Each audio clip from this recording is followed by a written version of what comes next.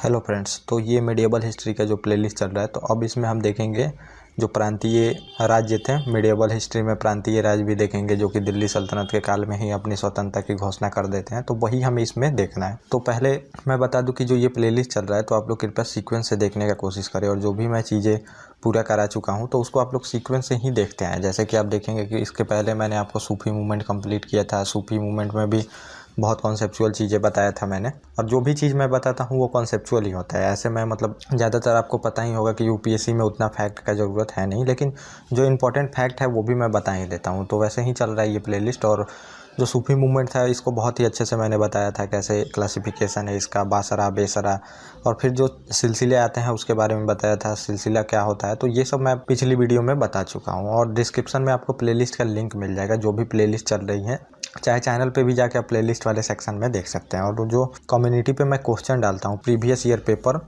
UPSC और PCS का भी कभी डाल देता हूँ, तो वो आप लोग उसका आंसर भी देने का कोशिश करें, वो भी आपके लिए बहुत ही फ़ायदेमंद होगा। और इसके पहले आप देखेंगे सूफी के पहले भक्ति मूवमेंट बताया था मैंने, उसके पहले विजयनगर, बहमनी साम्राज्य, ये सब कंप्लीट हो चुका है। दिल्ली सल्तनत भी, उसके बाद जितने भी मुस्लिम आक्रमण होते हैं वो मैंने बताया था। अरबी तुर्की फिर कैसे आक्रमण करते हैं, राजपूत राज्य वंश कैसे डिक्लाइन हो जाता है वहाँ पे, ये सब मैं बता चुका हूँ। और अब हमारा ये जो टॉपिक होगा, ये स्वतंत्र जो प्रांतीय राजवंश है, यही हमें देखना है इसमें। तो इसमें खानदेश देख रहे हैं, मालवा देख रहे हैं, गुजरात देख रहे हैं, मेवाड़ देख रहे हैं, कश्मीर देख रहे हैं, जौनपुर देख रहे हैं, बंगाल देख रहे हैं, और इधर यादव वंश भी रहता है। तो यादव वंश तो आप समझिए कि डिक्लाइन हो गया रहता है विजयनगर साम्राज्य के काल तक। तो ये वंश रहते हैं यहाँ पे, बहमनी और विजयनगर इसके पहले रहते हैं। तो बहमनी विजयनगर तो हमारा कंप्लीट हो ही चुका है। अब हमें इसमें देखना है, तो हम सीक्वेंस से देखेंगे, और ज़्यादातर इसमें चीज़ें नहीं आएंगी। और क्योंकि इतना आप देखेंगे कि क्वेश्चन नहीं आता है यूपीएससी चाहे पीसीएस में भी देखेंगे तो कुछ फैक्चुअल चीज़ें ही पूछी जाती हैं कि जो कि इंपॉर्टेंट है, लेकिन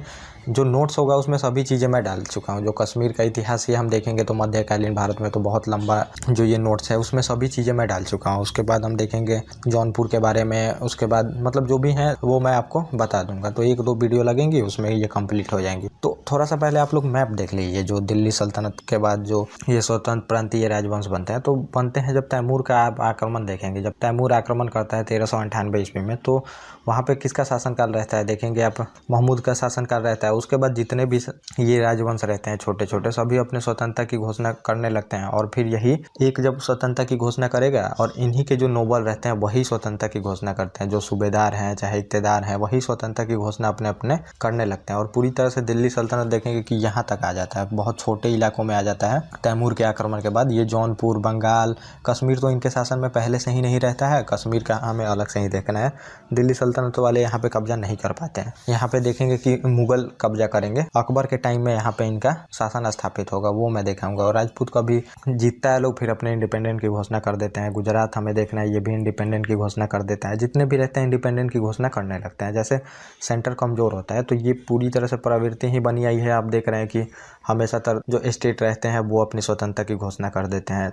चाहे आप देखिए मगध साम्राज्य उस टाइम जो मौर्य वंश रहता है वो पूरी तरह से साथ में लाता है, फिर वहाँ पे डिक्लाइन हो जाते हैं। और वहाँ पे देखेंगे हिंद यूनानी सब, पहलव, कुषाण, सातवाहन, ये सब वहाँ पे नए नए बनते हैं छोटे छोटे किंगडम। फिर देखते हैं कि गुप्ता लाते हैं, गुप्ता भी, उसके बाद गुप्ता भी डिक्लाइन हो जाता है। फिर उसके बाद दिल्ली सल्तनत वाले ये कर रहे हैं एक साथ, फिर ये भी डिक्लाइन हो जाता है। गुर्जर प्रतिहार भी करते हैं, उसके बाद राजपूत राजवंश भी छोटे छोटे पार्टों में टूट जाते हैं। तो वो आप देख ही चुके हैं, मैं पहले बता ही चुका हूँ इसके बारे में। तो फिर जैसे यहाँ पे सेंटर कमजोर होता है, ये लोग अपने अपने स्वतंत्रता की घोषणा करने लगते हैं। और ये सेंटर कैसे कमजोर होता है, जैसे तैमूर का आक्रमण करता है और मोहम्मद बिन तुगलक देखेंगे कि बहुत सारे इलाकों को जीत जाता है। कश्मीर को छोड़ के आप देखेंगे ये वाला इलाका, और यहाँ पे थोड़ा सा इलाका छोड़ के ये पूरी तरह से दिल्ली सल्तनत के एरिया अंडर में रहता है। और इतना ज़्यादा इलाकों को जीत जाता है, एडमिनिस्ट्रेशन बैठा नहीं पाता यहाँ से, और फिर ये अपने अपने स्वतंत्रता की घोषणा कर देते हैं। तो यही होता है। तो फिर यही प्रांतीय राजवंश हमें देखने होते हैं। तो ये थोड़ा सा मैप में आप लोग देख लीजिए। ये है जौनपुर, आप देख रहे हैं जो यूपी का इलाका है आज। और ये बंगाल पूरी तरह से, बिहार उड़ीसा ये मिला के था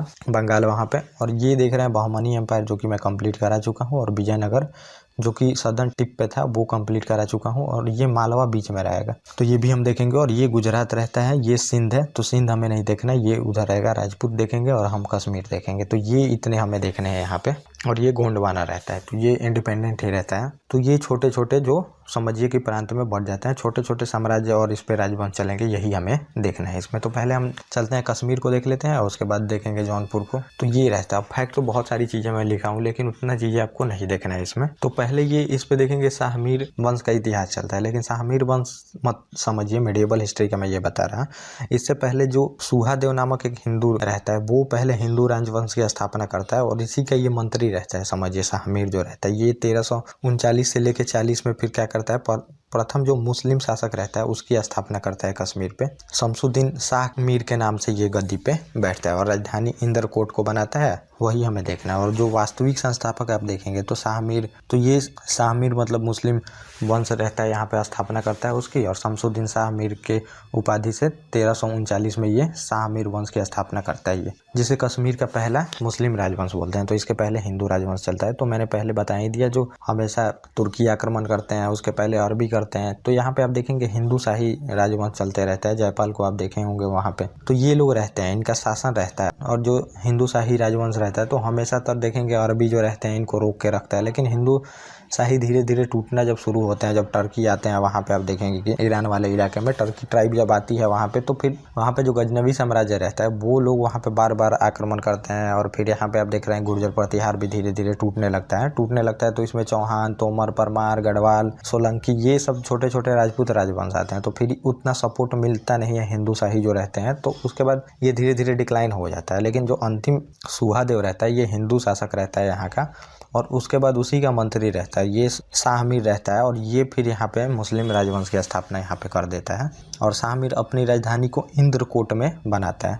और इसका शासनकाल जो मैंने बताया 1339 से लेकर 1342 तक इसका शासनकाल चलेगा शाह मीर का। और शाह मीर के बाद जमशेद शासक हुआ और इसका शासनकाल आप देखेंगे 1342 से लेकर 1344 के मध्य में रहता है। और वास्तविक संस्थापक शिहाबुद्दीन को भी बोला जाता है, तो इसमें शिहाबुद्दीन भी शासक आता है। तो शिहाबुद्दीन का इतिहास यहाँ पे लिखा हुआ है, ये मैं आपको बता दूंगा आगे। तो ये सुल्तान उसके बाद कौन बनता है, अलाउद्दीन बनता है। तो अलाउद्दीन का हमें इतिहास इसमें देखना होता है। और अलाउद्दीन, सुल्तान अलाउद्दीन का वास्तविक नाम अली शेर रहता है, इसका वास्तविक नाम देखेंगे अली शेर रहता है। तो कुछ शासकों को ही हमें देखना है और इनके काल में क्या क्या इंपॉर्टेंट घटनाएं हुई हैं ये हमें देखना है। सुल्तान अलाउद्दीन जो रहता है राजधानी इंदरकोट से अलाउद्दीनपुर श्रीनगर में बनाता है। अलाउद्दीनपुर जो रहता है इसी को हम श्रीनगर, आज भी आप श्रीनगर का नाम सुनते हैं, तो कश्मीर में है, तो यहाँ पे राजधानी अपना ये बनाता है। और सुल्तान अलाउद्दीन का शासनकाल 1344 से लेकर 1356 के मध्य में रहता है, ये आप समझ सकते हैं। और फिर जो सुल्तान बनता है सुल्तान शिहाबुद्दीन का इतिहास देखेंगे तो शिहाबुद्दीन को ही इस वंश का वास्तविक संस्थापक माना जाता है। तो वास्तविक संस्थापक मतलब क्या है कि जैसे पूरी तरह से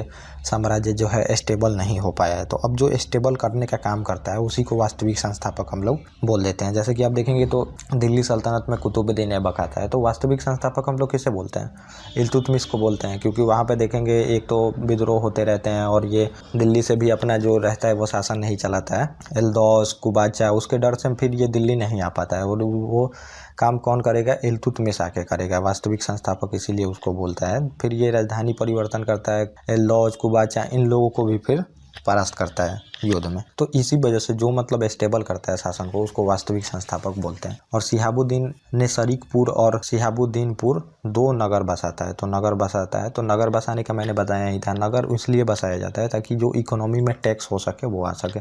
अब जो बहुत बड़े बड़े नगर हैं तो वहाँ से सबसे ज़्यादा गवर्नमेंट को टैक्स मिलता है, चाहे दिल्ली आप देखिए, चाहे आप मुंबई देखिए, हैदराबाद देखिए। तो इन सब से क्या होता है, बड़े शहर हैं, सिटी है, तो इनसे ज़्यादातर टैक्स आता है, इसीलिए नगर बसाया जाता है। गयासुद्दीन तुगलक को भी देखेंगे बहुत ज़्यादा, फिरोज शाह तुगलक भी देखेंगे 300 नए नगर बसाता है वहाँ पे। तो नगर बसाने का यही स्ट्रेटजी होता है। तो आपको कोई भी चीज़ है तो इकोनॉमी से रिलेट करनी पड़ेगी, इकोनॉमी से आप रिलेट करेंगे तभी अच्छे से कोई भी चीज़ आप समझ सकते हैं। और ये जो शिहाबुद्दीन रहता है इसका शासनकाल आप देखें 1356 से लेकर 1374 तक चलेगा, तो काफ़ी लंबा पीरियड है इसका। और वंश कौन सा चल रहा है, शाह मीर वंश चल रहा है। तो वंश पे शासक आते रहते हैं, ये आपको पता ही है। और साम्राज्य और वंश में भी आपको अंतर बता चुका हूँ, तो कृपया आप लोग सीक्वेंस से फॉलो करें इस प्लेलिस्ट को। और शिहाबुद्दीन के बाद कुतुबुद्दीन शासक हुआ, जिसने 74 से लेकर मतलब 1374 से लेकर 1389 के मध्य ये शासनकाल करता है, ये शासन करता है। उसके बाद जो इम्पोर्टेंट शासक है यहाँ पे जैनुल आबदीन रहता है और दूसरा आप देखेंगे सिकंदर रहता है। सिकंदर को भी हमें सुल्तान जो सिकंदर रहता है इसका इतिहास हमें देखना पड़ेगा, ये इंपॉर्टेंट रहता है। और दूसरा आप देखेंगे कि जो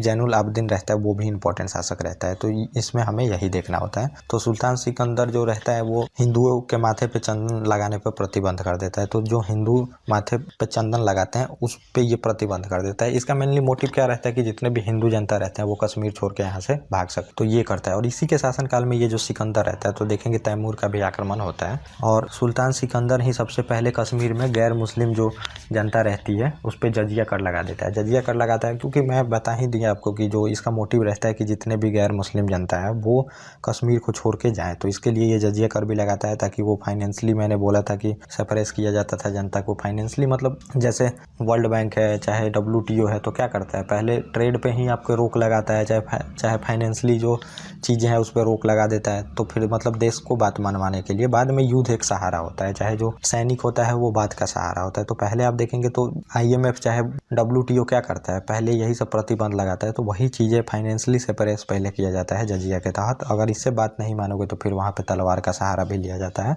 तो ये रहता है, जजिया लगाता है ताकि जो जनता है ये छोड़ के जा सके कश्मीर को। और सुल्तान सिकंदर ने मार्तेंड मंदिर है, चक्रधर मंदिर रहती है, अवंतीपुरी मूर्तियों को फिर गलाकर यहाँ पे सिक्के बनवाने का आदेश दे दिया था। तो जितने भी हिंदू मूर्तियाँ रहती हैं उनको गलाओ और सिक्के बनवाने का आदेश दे देता है। इसी कारण उसे बुद्ध शिखन भी कहा गया है। तो ये कुछ नाम से पुकारा गया है इसको। तो मैंने बताया है कि जितने भी अत्याचार करोगे तो वहाँ से जनता फिर भागे। और सुल्तान सिकंदर जो रहता है ये सती प्रथा पर रोक लगाने का आदेश देता है। तो रोक लगाएगा क्यों? क्योंकि जो हिंदू अगर प्रथा फॉलो कर रही हैं रोक लगाइएगा, तो अब मुझे मान लीजिए कि कोई फेस्टिवल है, अगर मैं मुस्लिम एरिया में रहता हूँ, अगर मुझे नहीं मनाया दिया जाता है वो फेस्टिवल, तो फिर मैं क्या करूँगा, वहाँ से चला जाऊँगा, दूसरे जगह पे रहने का कोशिश करूँगा। वही चीज़ होती है। तो उस टाइम पे जो हमें आज सती प्रथा बुरी लगती है और मतलब इतना मतलब इसको सुधारने के लिए बहुत काम किया गया, लेकिन उस टाइम आप देखेंगे तो वो उन लोगों के कल्चर का एक पार्ट था। तो ये होती है। और अगर कल्चर के पार्ट को मैं रोकने की कोशिश करता हूँ तो वहाँ से फिर जनता भागेगी, इसलिए ये सती प्रथा पे रोक लगा देता है। तो बुरी थी, लेकिन ये मतलब उसी वजह से हुई थी क्योंकि वहाँ पे आप देखेंगे कि उस टाइम तरह की मान्यता थी। वहाँ पे बहुत सारी ऐसी चीज़ें थी जो बुरी थी पहले, आज वो अच्छी हैं, और जो पहले बहुत सारी चीज़ें अच्छी थी आज बुरी है। तो ये ऐसा होते रहता है। मतलब उस टाइम क्या लोग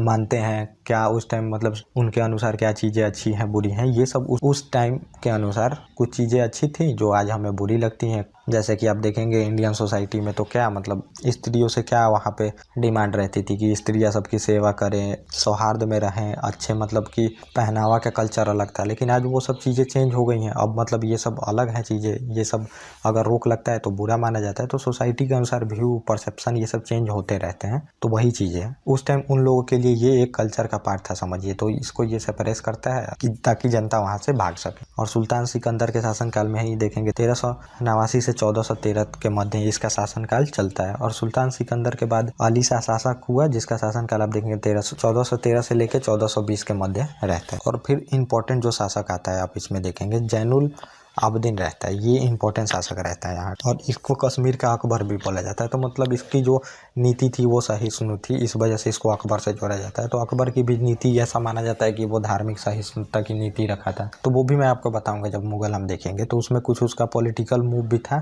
और कुछ वो सहिष्णु था भी, वो सूफी का भी प्रभाव था उस पर, ये भी मैं आपको बताऊँगा। तो कुछ जो उसका स्टंट था वो पॉलिटिकल भी था ताकि जो जनता है वो जुड़ सके वहाँ पे क्योंकि आप देखेंगे कि अकबर के काल में बहुत ज़्यादा मतलब हिंदुओं को वहाँ पे मरवाया भी गया है। 13 हज़ार हिंदुओं का सर काट के मीनार ये लोग बनवाए हैं वहाँ पे राजपूतों में हम देखेंगे। तो उसमें मैं आपको बताऊंगा कि क्या पॉलिटिकल मूव था इसका। और फिर जैनुल आबदीन ने बादशाह और नायबे मामीर उल मुमलिकात जैसी उपाधियाँ धारण की। तो ये उपाधि धारण करता है। तो सभी सुल्तान उपाधि तो धारण करते ही थे, मैंने बता दिया। जैनुल आबदीन जो रहता है ये कश्मीर में गौ हत्या पर प्रतिबंध लगाने का आदेश जारी कर देता है। गौ हत्या पर रोक लगा देता है ये, जो कि हिंदुओं में इंपॉर्टेंट है, आपको पता है। और जैनुल आबदीन ने ही कश्मीर में गैर मुस्लिम से वसूले जाने वाले जो जजिया कर रहती है उसको समाप्त कर देता है। तो जो ये जजिया कर लगाया रहता है इसको ये समाप्त कर देता है। इसीलिए इसको अकबर से जोड़ा जाता है क्योंकि अकबर भी देखेंगे कि धार्मिक सहिष्णुता का वहाँ पे काम करता है बहुत सारी चीज़ें। तो इस वजह से इसको अकबर से जोड़ा जाता है। और जैनुल आबदीन जो रहता है ये सती प्रथा जो रहती है पुनः प्रारंभ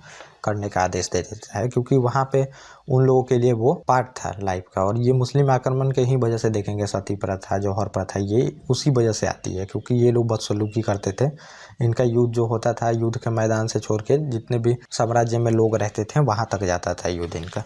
और जैनुल आबदीन जो रहता है ये कुतुब के नाम से फारसी में कई कविताएं भी लिखी थी। और जैनुल आबदीन के ही शासनकाल में आप देखेंगे कि मुल्ला अहमद ने महाभारत, दशावतार और राज तरंगिणी का फारसी में अनुवाद कराता है। तो जो भी ये सब फारसी में अनुवाद कराता है बुकों को, और फिर जो पढ़ता है तो वो धार्मिक सहिष्णुता उस पर दिखने लगती है। जैसे कि आप दारा सिकों को देखेंगे तो जितने भी बुक रहते हैं वो फिर अनुवाद कराता है वहाँ पे और उसको पढ़ता है, तब उसको पता चलती है कि धर्म में कोई भी चीज़ें बुरी नहीं लिखी गई हैं।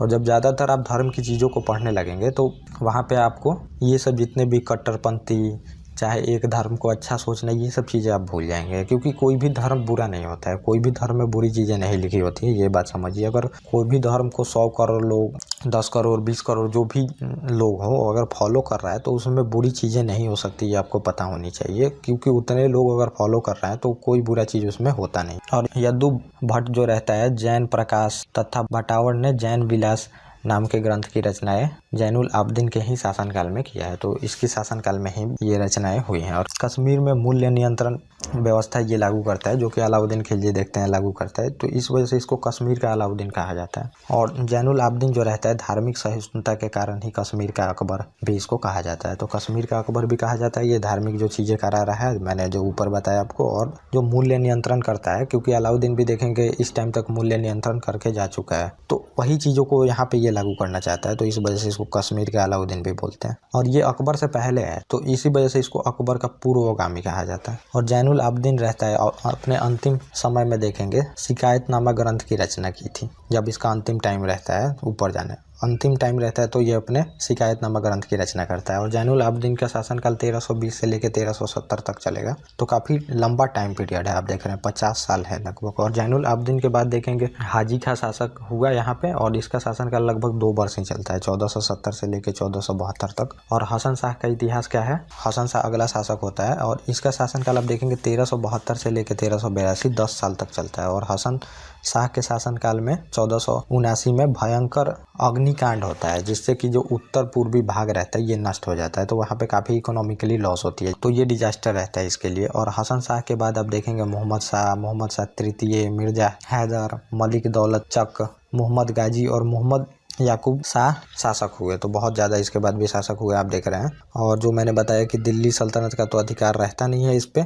और फिर होता क्या है कि 1586 में मुगल शासक जो अकबर रहता है अपने साम्राज्य में मिला लेता है इसको, तो ये मैंने बता दिया। अकबर के शासनकाल में कश्मीर को मुगल साम्राज्य में मिला लिया जाता है। तो ये कश्मीर का इतिहास हमने देख लिया। अब हम देखेंगे जौनपुर का इतिहास। तो जौनपुर का जो मैंने मैप बताया था, यूपी वाले इलाकों में जौनपुर था, तो जौनपुर का इतिहास हम देख लेते हैं। जौनपुर में हुआ क्या था कि आप देखेंगे जौनपुर की स्थापना का श्रेय जो जाता है फिरोज शाह तुगलक को जाता है, जौनपुर जो शहर बसाई जाती है। और वहाँ पे बाद में जो इम्पोर्टेंट ये इसी का मंत्री रहता है, फिर वो अपने इंडिपेंडेंट की घोषणा कर देगा, मलिक सरवर नाम रहता है उसको। और ये देखेंगे जो मलिक काफूर रहता है और मलिक सरवर, ये दोनों किन्नर रहते हैं, तो ये फिर अपने इंडिपेंडेंट की घोषणा कर देता है। और जौनपुर आधुनिक उत्तर प्रदेश में है, तो इसी का नोबेल जो मैंने बताया कि तैमूर ही आक्रमण करता है, तो फिर धीरे धीरे ये सभी अपने इंडिपेंडेंट की घोषणा करने लगते हैं। तो अगर आप लोग सीक्वेंस फॉलो करेंगे तो सभी चीज़ें समझ में आएगी आपको। तो तैमूर के आक्रमण के कारण दिल्ली सल्तनत बहुत कमज़ोर हो जाता है। देखेंगे महमूद का शासन वहाँ पे रहता है, और फिर ये बहुत कमज़ोर हो जाता है दिल्ली सल्तनत। और फिर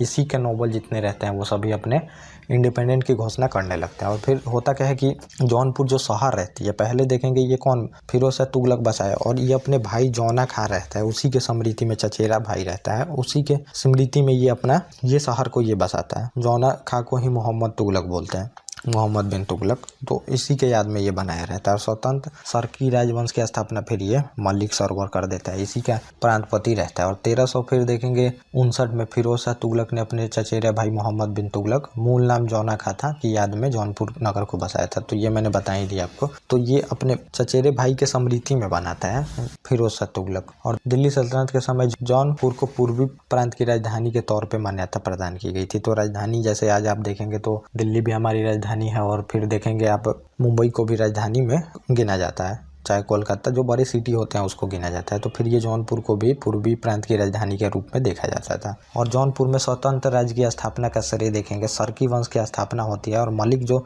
सरवर रहता है ये प्रदान करता है, मतलब ये अपने इंडिपेंडेंट की घोषणा यहाँ पे कर देता है। और ये किन्नर रहता है समझिए। और फिर जो मलिक काफूर देखेंगे वो भी किन्नर रहता है, जो अलाउद्दीन खिलजी के शासनकाल में रहता है। और सरकी वंश के शासक स्मृति, ज्ञान, संरक्षक, इसीलिए देश के विभिन्न भागों में कवि, संत, विद्वान और लेखक जो थे ये जौनपुर को अपनी निवास स्थान बनाते हैं। तो जो सरकी वंश के रहते हैं लोग, ये फिर संरक्षण करते हैं ज्ञान, कला, संस्कृति सभी का। फिर जितने भी विद्वान होते हैं तो यहाँ पे आते हैं और अत्यधिक ये सब बढ़ता है। फिर इसको इसी वजह से देखेंगे कि भारत का सिराज कहा जाता था। तो सिराज देखेंगे जो अफगानिस्तान वाला इलाका रहता है उधर में, तो उधर भी सिराज पुकारा जाता है पूर्वी इलाकों को, क्योंकि वहाँ भी ये सब चीज़ें बहुत ज़्यादा चलती थी। शिक्षा के भी क्षेत्र में वहाँ पे बहुत सारी अच्छी व्यवस्था थी, तो इस वजह से इसको भारत का सिराज के नाम से पुकारा गया है। और पद्मावत काव्य ग्रंथ के रचयिता जो मलिक मोहम्मद जायसी रहते हैं, कृति कला काव्य ग्रंथ के रचयिता देखेंगे विद्यापति ठाकुर रहते हैं। और इरशाद जो ग्रंथ रहती है उसके रचयिता कौन है? शिहाबुद्दीन इब्राहिम रहते हैं यहीं के शासनकाल में। और सरकी वंश के शासकों द्वारा अत्यधिक संस्कृति विकास करवाने के कारण जौनपुर को भारत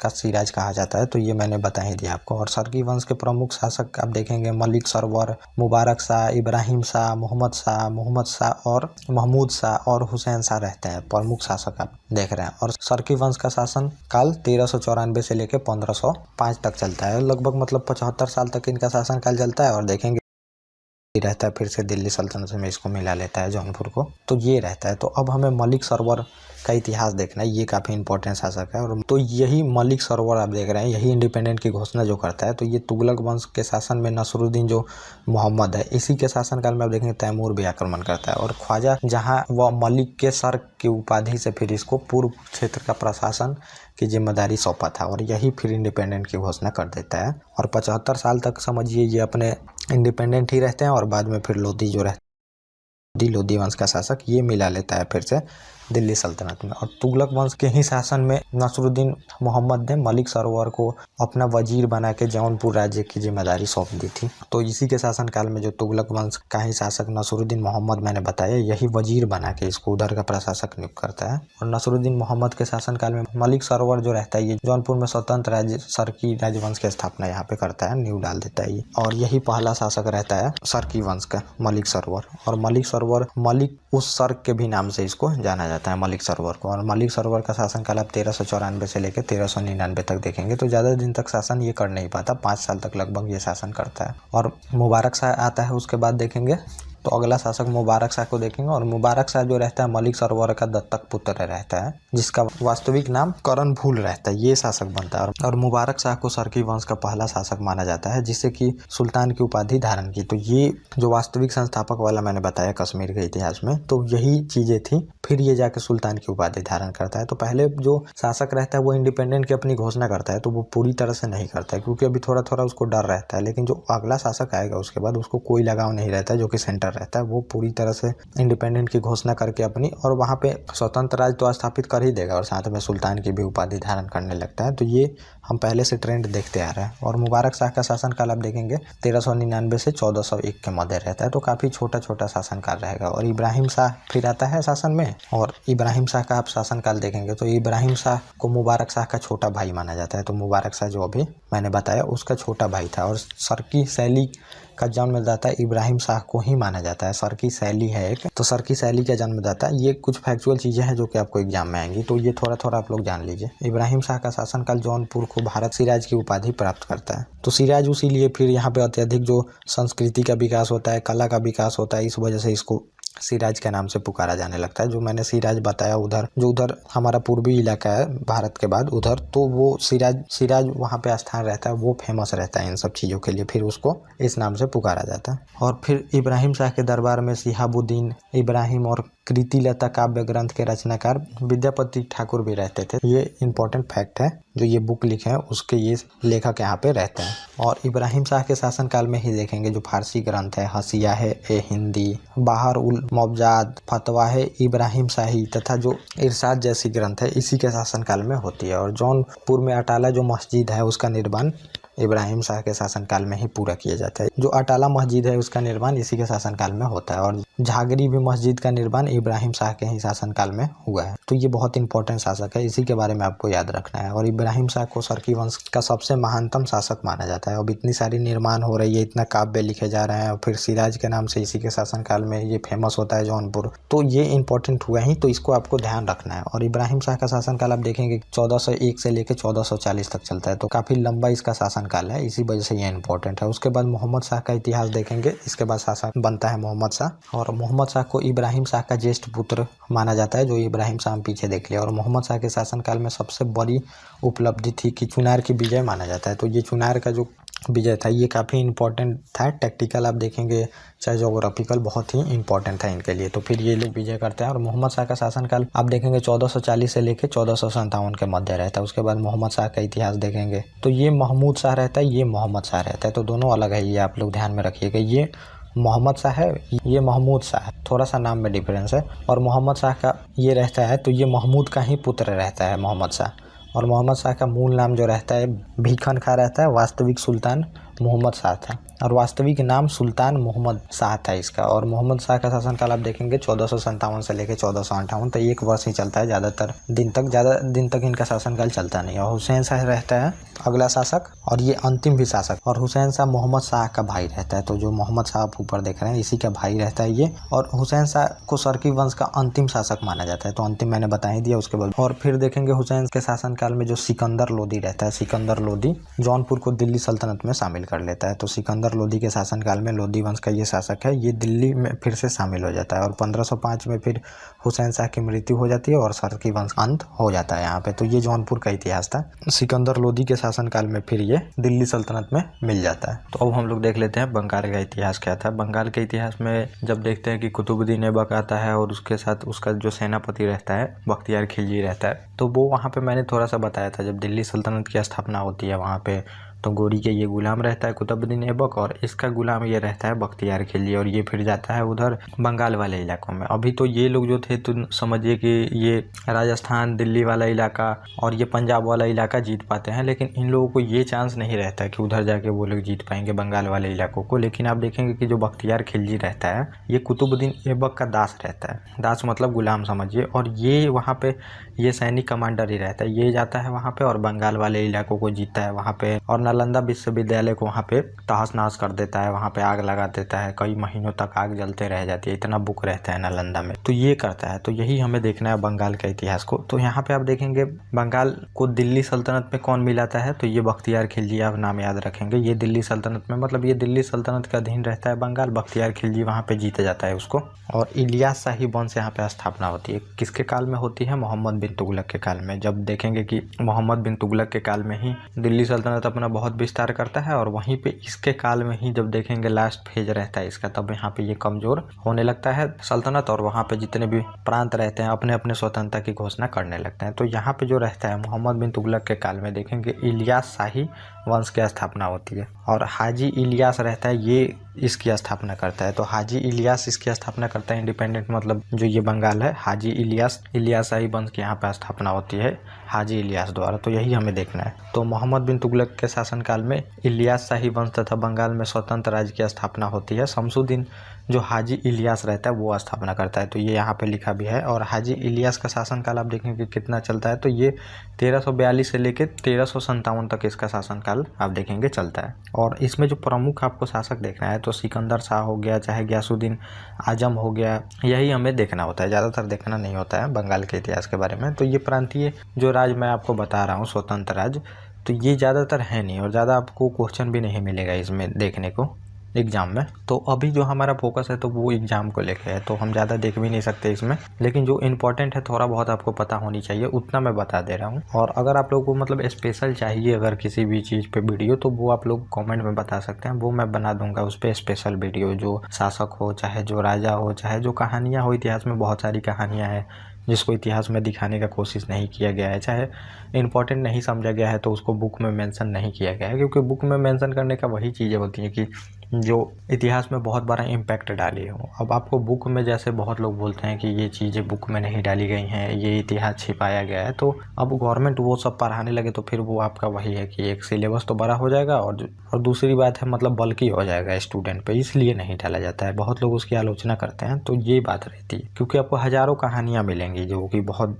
जगह नहीं बताई गई हैं, क्योंकि वो सिलेबस के अनुसार नहीं सूटेबल है, इसलिए नहीं डाला गया। और अगला रहता है सिकंदर शाह का इतिहास। सिकंदर शाह जो इलियास रहता है इसी का पुत्र माना जाता है, तो जो इस वंश की स्थापना करता है इसी का पुत्र ये रहता है। और सिकंदर शाह ने पांडुआ में आदीना मस्जिद का निर्माण कराया। तो अब मुस्लिम शासक है तो मस्जिद का निर्माण होगा, पांडुआ में ये आदीना मस्जिद का निर्माण करा था ये, और ये क्वेश्चन इंपॉर्टेंट है, आप लोग याद रखिएगा। और फिर सिकंदर शाह का इसका जो शासनकाल रहता है आप देखेंगे 1357 से लेकर 1389 तक चलता है इसका शासनकाल। और फिर आता है गयासुद्दीन आजम, अगला शासक होता है। और गयासुद्दीन आजम क्या रहता है, सिकंदर शाह का पुत्र ही रहता है, तो पुत्र ही शासक बनते थे अगला, ये आपको पता ही है। उस टाइम कोई ऐसा डेमोक्रेसी नहीं था जैसा आज आप देखते हैं, तो ये शासक बनता है। और इसका देखेंगे कि 1409 ईस्वी में गयासुद्दीन आजम जो रहता है, महारत धर्मराज एक नामक महागुरु रहता है, और महागुरु रहता है तो फिर इसको ये अपना दूत बना के चीन भेजते हैं, क्योंकि देखेंगे चीन में बौद्ध धर्म पालन किया जाता था, तो इस वजह से अगर उसी धर्म के लोगों को आप वहाँ पे भेजेंगे अगर दूत बना के, तो वो आपकी बातों को, जो भी आपका संदेश हो भेजने का, चाहे जो भी आपका मोटिव हो, तो वो ज़्यादातर मानने का चांस रहता है, तो इसी वजह से दूत उसी को बना के भेजा जाता था वहाँ पे।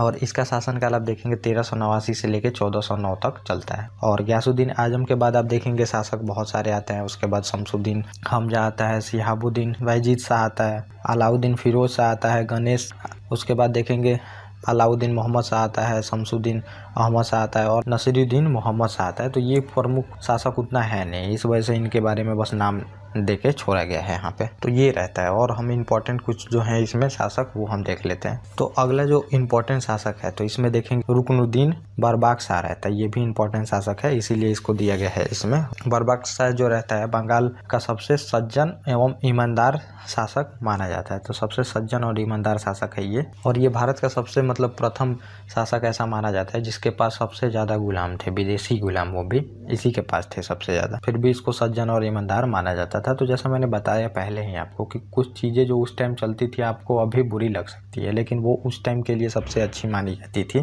क्योंकि उस टाइम थिंकिंग अलग थी, आज जो हमारी थिंकिंग है अलग। अगला जो इम्पोर्टेंट इनका काम है तो ये देखेंगे कि बर्बाक शाह ने कवि मालदार वसु रहते हैं, इनको गुणराज खां की उपाधि ये प्रदान करता है, तो ये काफ़ी इम्पोर्टेंट कवि है उस टाइम रहते हैं इनके इतिहास काल में। और बर्बाक शाह जो है इसी के शासनकाल में आप देखेंगे कि कृतिवास ने रामायण को बंगाली भाषा में अनुवाद करते हैं, और इसको फिर देखेंगे बंगाल का बाइबिल या फिर पंचवेद बोला गया है यहाँ पे। और दाखिल दरवाजा जो है ये बंगाल में हिंदू और मुस्लिम स्थापत्य कला का सबसे अच्छा उदाहरण माना जाता है, तो दोनों स्थापत्य कला इसमें देखने को मिलती है, इस वजह से ये बोला जाता है। और बर्बाक शाह जो रहता है इसका शासनकाल आप देखेंगे 1459 से लेकर 1474 के बीच में चलते रहता है। और शमसुद्दीन यूसुफ शाह उसके बाद आता है, तो ये ज़्यादा इंपॉर्टेंट है नहीं। और शमसुद्दीन यूसुफ शाह संपूर्ण जो बंगाल रहता है उसमें शराब को प्रतिबंध लगा देता है, क्योंकि इस्लाम धर्म के अनुसार आप देखेंगे कि शराब को हराम माना जाता है। और इंटरेस्ट भी अब जो आज बैंकिंग व्यवस्था देखेंगे तो इंटरेस्ट वगैरह भी आप देखेंगे कि इस्लाम के अनुसार वो भी हराम ही माना जाता है, जो बैंकिंग में इंटरेस्ट होता है वो सब ये लोग नहीं करते हैं।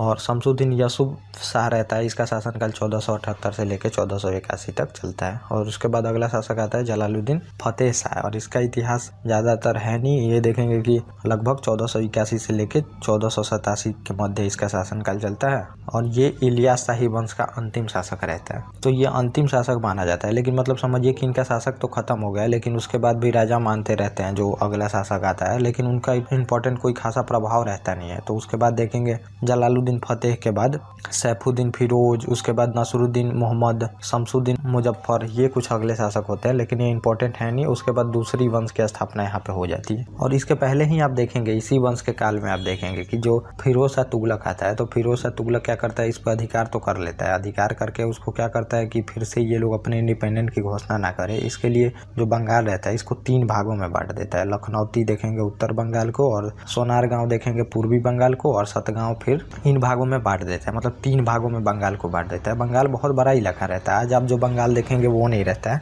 बंगाल में ही उड़ीसा रहता है, बिहार भी रहता है, और बंगाल में ही देखेंगे बांग्लादेश भी रहता है, जो आज आप देखेंगे बांग्लादेश को। तो इनको 3 भागों में बांट देता है, बहुत बड़ा इलाका रहता है। और इसका जो अब देखेंगे कि ये वंश इलियास शाही वंश समाप्त होती है, तो यहाँ पे दूसरे वंश आ जाते हैं, हुसैनी वंश का शासनकाल चलने लगता है इलियास शाही के बाद। क्यों चलने लगता है, क्योंकि समझिए वंश जैसे उस वंश के लोग कमजोर होते हैं, तो जो सेनापति होता है चाहे जो होता है वो फिर उसको रिप्लेस करके राजा को दूसरे राजा आ जाते हैं। अब सैनिक मान लीजिए कि रिप्लेस किया है, तो अब वो वंश ही चेंज हो गया, जो पहला वंश चल रहा था। जमीन का टुकड़ा तो वही है, लैंड का टुकड़ा, लेकिन अब शासक जो है वो चेंज हो गया है। तो वही होता था, अब यहाँ पे शासक चेंज हो गए हैं, अब दूसरे वंश का शासन चलने लगता था, लेकिन लैंड का टुकड़ा वही। तो इसमें अलाउद्दीन हुसैन का इतिहास हमें देखना है इसमें।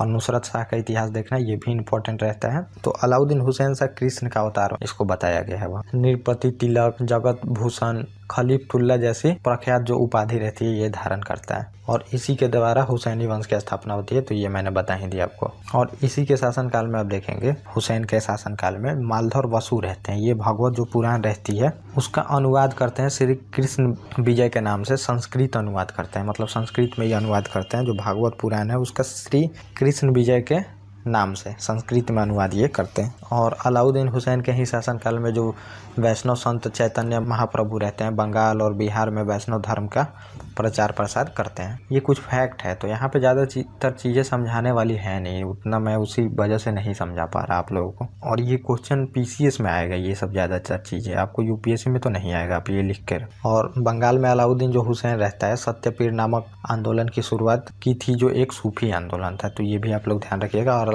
अलाउद्दीन हुसैन का शासनकाल देखेंगे 1493 से लेकर 1519 तक चलता है। और फिर आता है नुसरत, और जब बाबर आक्रमण करता है तब यही शासक रहता है यहाँ का बंगाल का। और नुसरत शाह के शासनकाल में जो सबसे पहले रहते हैं पुर्तगाली बंगाल में आते हैं। इसी के शासनकाल में आप देखेंगे पुर्तगाली बंगाल में आते हैं। तो वास्को डी गामा तो देखेंगे 1498 ईस्वी में ही आता है कालीकट, लेकिन बंगाल में ये सबसे पहले देखेंगे इसी के शासनकाल में आते हैं। और नुसरत शाह देखेंगे लखनऊती में बड़ा सोना नामक मस्जिद और कदम रसूल मस्जिद का निर्माण कराता है। तो 2 मस्जिद ये बनाता है लखनऊती में। और नुसरत शाह के शासनकाल में ही काशीराम ने बंगाली भाषा में महाभारत की रचना की थी काशीराम द्वारा। और नुसरत शाह का शासनकाल 1519 से लेकर 1532 तक चलता है। उसके बाद अगला शासक आता है गयासुद्दीन महमूद का इतिहास, और इसको अंतिम शासक माना जाता है बंगाल का। उसके बाद देखेंगे कि मुगल साम्राज्य में बंगाल को मिला लिया जाता है। गयासुद्दीन महमूद जो हुसैन रहता है ये वंश का अंतिम शासक रहता है। और गयासुद्दीन मोहम्मद के शासनकाल में ही जो शेर शाह सूरी रहता है ये बंगाल को अपने अधीन कर लेता है। तो शेर शाह सूरी का शासनकाल चलता है, देखेंगे कि